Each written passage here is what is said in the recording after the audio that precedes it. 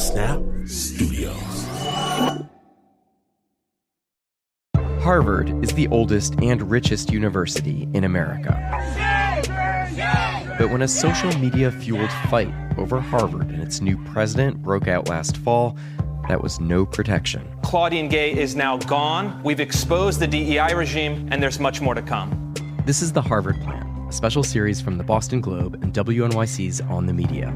To listen, subscribe to On the Media wherever you get your podcasts. Snap Judgment is brought to you by Progressive Insurance. Fiscally responsible, financial geniuses, monetary magicians. These are things people say about drivers who switch their car insurance to Progressive and save hundreds. Visit Progressive.com to see if you could save. Progressive Casualty Insurance Company and affiliates. Potential savings will vary. Not available in all states or situations. Sterling Cuneo was sentenced to life without parole as a teenager. Decades later, his fate lies in the hands of the parole board. Can people really change? PRX presents Cell Blocks to Mountaintops, a podcast and video series that examines how America addresses violence and seeks accountability, told through one man's relentless pursuit of redemption. Reviewers have raved. I was on the edge of my seat. I could not stop listening. Binge the entire series now wherever you get your podcast. Visit cellblockstomountaintops.com for more information. Ah, snappers. 'Tis the season, and in celebration, we're going to break format a bit. We're going to travel back to a simpler time, a time before iPods, before Cybertrucks, a time when computers didn't talk back. Larry Hankins. Larry remembers these magical days with a story about how he came this close to landing the role of a lifetime, one of the most iconic Christmas movies of all time. Now, spoiler alert, Larry doesn't get the gig, but what happens next become Home Alone history. So grab a glass of eggnog, because here's Larry, live from the Crow Comedy Club. Snap Judgment. By a show of hands, how many people have seen Home Alone? Anybody? Okay. All right, this is about the curse on Home Alone.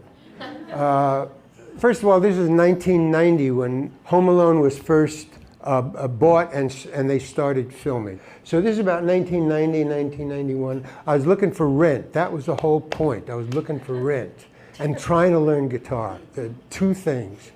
And in between that, I was trying to audition. So my agent called me and he said, are you available right now? And I go, of course, you know that. You're my agent. So he said, all right, look, Home Alone just called. They started a new production. It's John Hughes' next movie. It's going to be a Christmas thing. It's going to be big. It's got Joe Pesci and Daniel Stern and a kid called Macaulay Culkin. And they've been filming for 3 days now.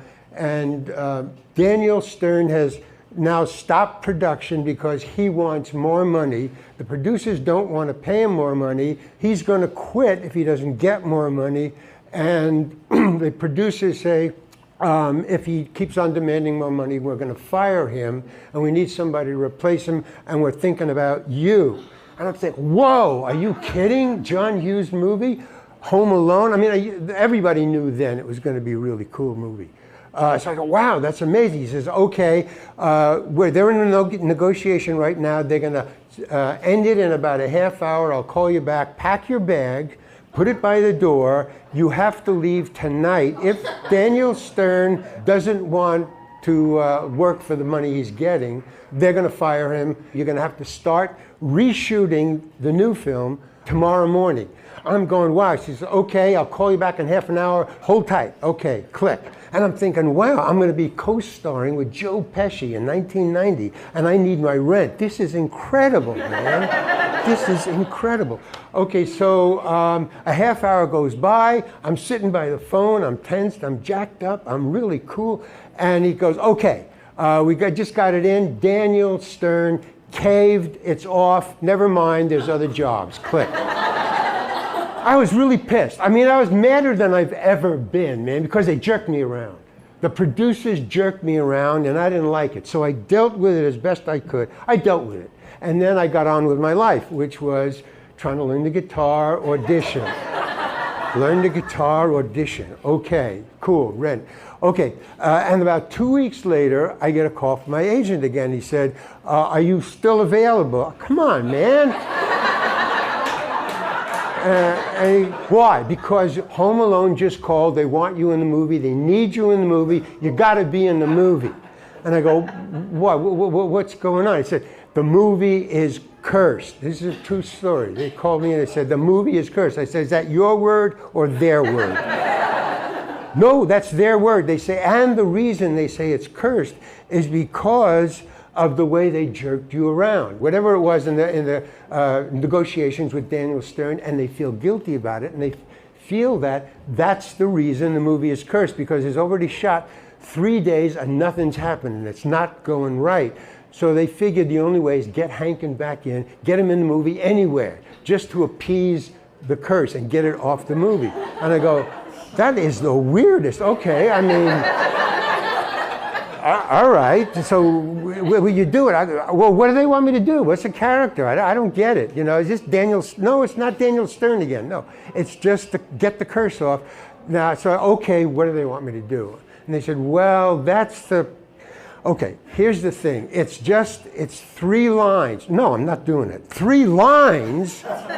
Are you kidding? It's a cop talking to a mom about getting her son, checking on her son. No, I'm not going to do it. 3 lines. 2 weeks ago, I was co-starring with Joe Pesci. And now they're offering me 3 lines? No, I'm not going to do it. No. So he said, no, listen, Larry, just calm down, man. Now look, they'll fly you there first class, LA to Chicago. They'll pick you up in a limo, get you to the set. They'll have the set all set up for you. This is a half a day's work, Larry. Just go in, it's 3 lines, do 1 take, back in a limo, fly a first class limo. You will sleep in your own bed the same day. No, man, 3 lines? Are you kidding? Larry, listen to me. They will pay you $10,000 to do just what I said. Oh, okay, fine, let's do it. Yeah. Okay, wow, what's the problem? Yeah, so, and sure enough, the next morning, I look down, I'm in an apartment house, I look down, there's a limo, a white stretch limo downstairs waiting for me. I go down, I don't even have to pack, because I'm going to sleep in my own bed. That's what they said the same night.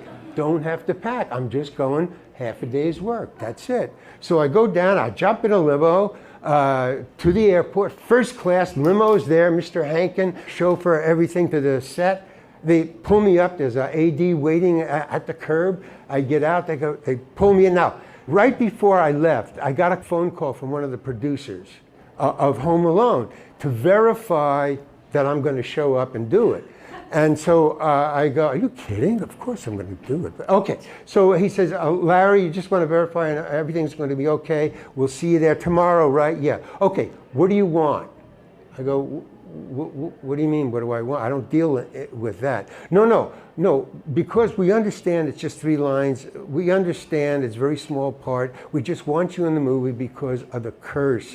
So just anything. So if you, no, I said, okay, I can have anything? Well, okay, you can rewrite the 3 lines as long as it, fits into the scene. Or you can have any prop you want, whatever you want. We understand you're doing us a favor. I go, okay, what? It's a cop, right? Yeah, okay. Okay, I want to be eating a donut while I say your lines. That's it? Yeah, that's it. I want to be eating a donut, a glazed donut. I want a glazed donut. Okay, see you here tomorrow. Right, okay. They take me to the producers, and there's a set. It's a sound stage, and they got the police station, the chair, and the phone. Everything's there. They got the camera, the lights, everything is all set. And the producers say, okay, just change into your costume, get in the costume, sit down, 1 take, back in the limo, you sleep in your own bed tonight. Okay, wait a minute. Where's my glazed donut? Larry, just go change into the cop uniform. We'll have the glazed donut when you get back. Okay, so I go in, I change the cop uniform, I come back, and standing waiting for it right next to the camera is, you know, these baker's rolling trays with the trays, you know, and you can roll it around with the bread on it and everything. Okay, next to the camera is a baker's rolling tray with 20 trays, 20 shelves, and on each shelf is 30 glazed donuts. 600 glazed donuts. And I just say, I just asked for one glazed donut. And I'm thinking, I'm not paying for these. I really did think that. I thought, I just don't understand what's going on, or the whole thing with the curse. But I do notice that there's something weird going on. Okay, give me a donut. Oh, that one. Yeah, give me that one.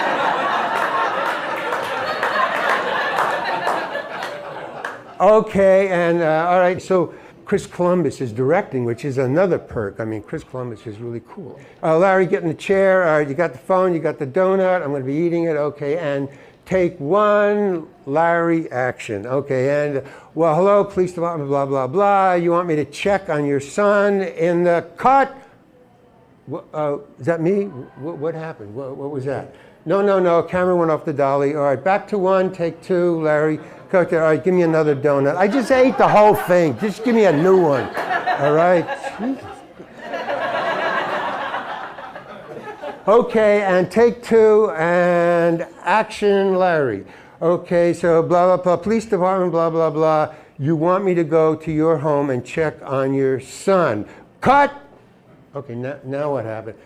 Camera jiggle. Let's go back to one. All right, take two. Larry, give me another donut. No, I just ate the whole thing while I was waiting to reset the camera. I just ate it. All right, just give me another one. All right, take three, and you ready? Okay, Larry with the donut. Okay, fine, and action, Larry. And you want me to go to check on your...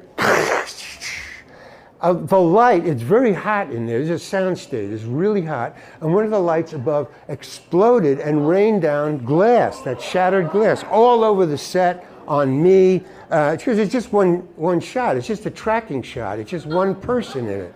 So it's just on me. Okay, so the 20-minute break, while they clean up the set, they clean me off, they get the nurse to check. I'm not cut, I'm not gonna sue, don't worry. Okay. All right, Larry, give me another. No, give me another donut.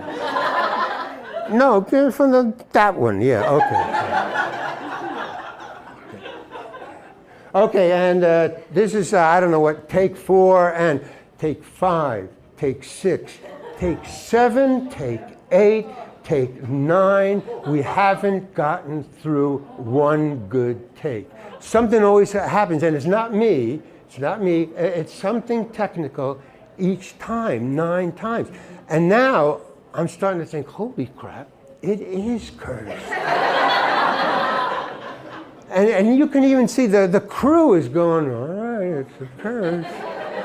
And I look over at the producers and they're white, man. They are depressed. It's really weird.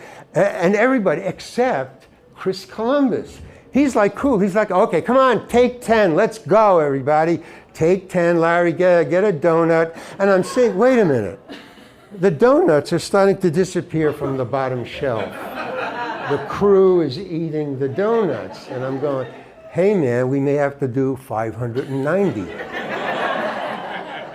So, okay, all right, fine. So finally, take 10. All right, give me another donut. And take 10. Action, Larry. Okay, and you want me to go check on your son? Yeah. Okay, Rose, hyper on 2. Cut, and everybody laughs.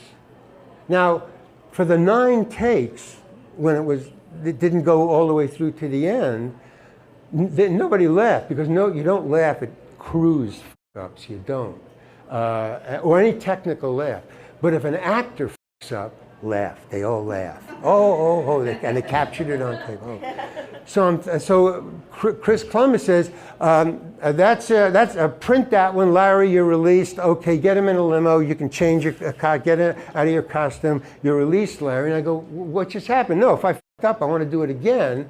I don't want that. I don't want you to print a fuck up of mine. And no, Larry, that's good. We're good. You're released. I go, no, I want to do it again.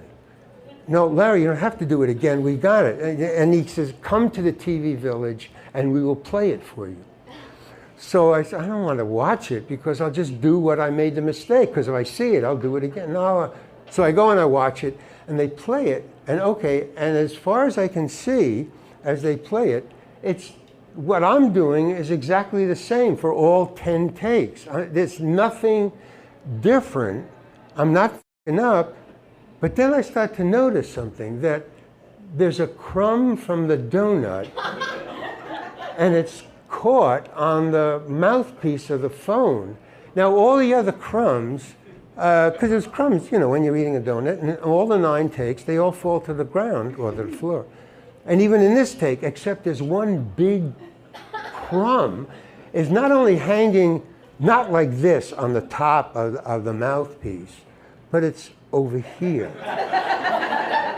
And it's not moving, and then very slowly, it starts to very slowly start to, but it doesn't drop, it's just slowly rolling. And then finally, and I don't know, I'm just talking, and right near the end of the scene, it drops. And then the scene ends. And they say, we're going to print that. Why? That's f***ed up. I don't have to use the donut. I don't have to use, he says, no, that's going in the movie, Larry. That's a money shot. And I go, what do you call a money shot? What is that to you? He said, it means it's going in the movie. It's gold. It's funny, Larry. And I go, oh, okay. He said, get out of here. Okay, get him out of here. Get him in a limo. Get him home. He's got to sleep in his home bed tonight. Okay, get him out of here. So I go in, I change my clothes. I come back, and what I do is I don't go to the limo. I go over to the baker's tray because I want to see what's going on. Why did that, stick and no other crumb did? And I go over, and it was so hot. I looked at all the donuts that are left. The glaze had started to melt. So it was tacky, it was stick, and that crumb obviously came from the top of the donut. So it was the glaze that was holding that thing there, okay? Because people would come up to me on the street and say, hey, you were in Home Alone, right? Yeah. How did they do with the donut thing? How did they do that? How did they?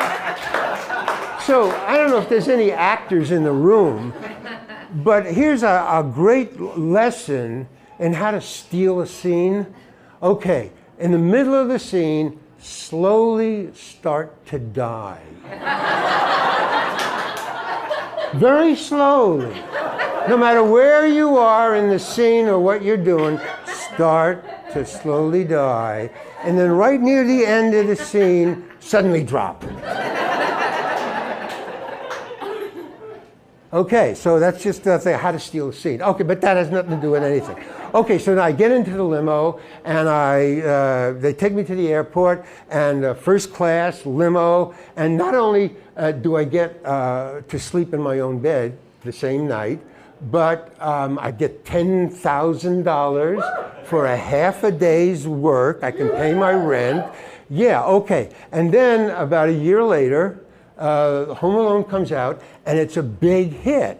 Now, the reason that it's a big hit, and the moral of this story, is that because the producers treated me so nice, and they paid me so much money for half a day's work, that I removed my curse from the movie.